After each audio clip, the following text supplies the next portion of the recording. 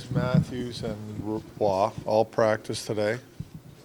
Look good. They did finish practice, but still got to see about tomorrow. So that's where they're at. But it was good that they're out there and finished practice, went through all the drills, and yeah, so that's where they're at. So that means maybe tomorrow?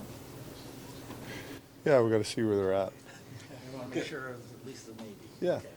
Oh yeah, but just got to see where they're at. See. You know, I haven't talked to trainer, I haven't talked to those guys yet after practice, so that's something I got to do. Why did you decide to have them practice together, just as a group? Everybody? No, just Waugh, Matthews, guys, as a line, I guess, instead of maybe. Well, just because they're out right now, right? So I put them on a line together, and I just wanted to see what it looked like. Okay, always good. We Yeah. heard you after practicing, glass half full. Yeah. Not glass half empty. That's the way you got to look at things. Glass is half full. We got an opportunity to go in here tomorrow and get 2 points, and that's got to be our focus, and then we'll go from there to the next game.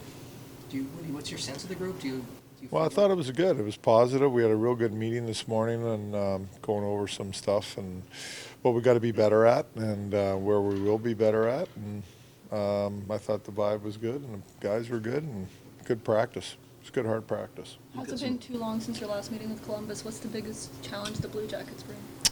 Well, I mean, if you look at, they got some good offense over there, obviously, and Fantilli has his way with us. It seems like every game we play him, he's a hell of a player.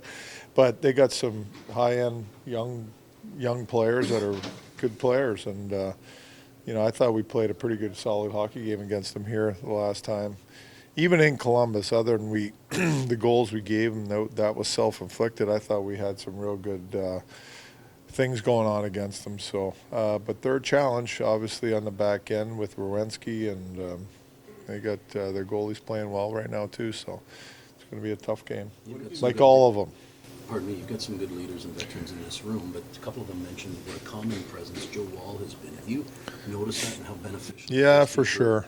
Yeah, for sure. He's been solid and it's been very good for our team getting him back in. You know, and then just his battle level, like he was so pissed off at me for pulling him the other night, but I like that.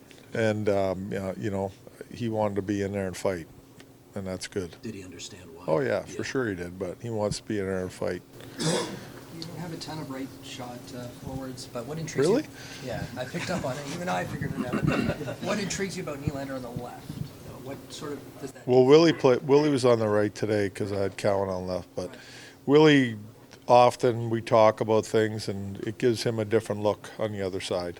Same as on the power play sometimes coming down, you know, his offside downhill. Just he just likes to mix it up, you know. So I'm good with it if he wants to be on left or right, or depends on who his line mates are and what's going on. But you know, he can just. It's just a different look for him coming from the other side. What have you made of Oliver Ekman-Larsson's team this year? Well, it's pretty solid for us. I think he's done a lot of good things. I mean, he's logged a lot of ice compared to last year with the injuries, and but he's done a number of things for us. You know, he's playing his offside again, and you know, which we have to ask him to do because of the lineup and the injuries and things like that, and you know, power play and just a lot of 5-on-5 minutes. But I loved that game the other night in Montreal in the third period, how physical he was and hard he played.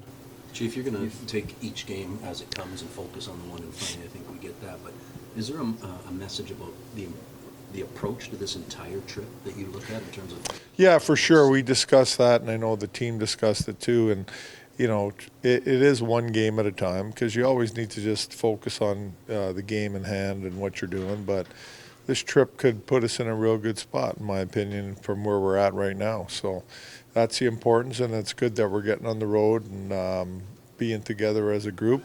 And, you know, it's always a different feel when you're all together in hotel rooms and at the rink and hanging out together all the time and, you know, not dealing with family. And I know you still got to deal with them, but from afar. So that's always a good thing. I always found getting on the road and when you're in tough times helps the team.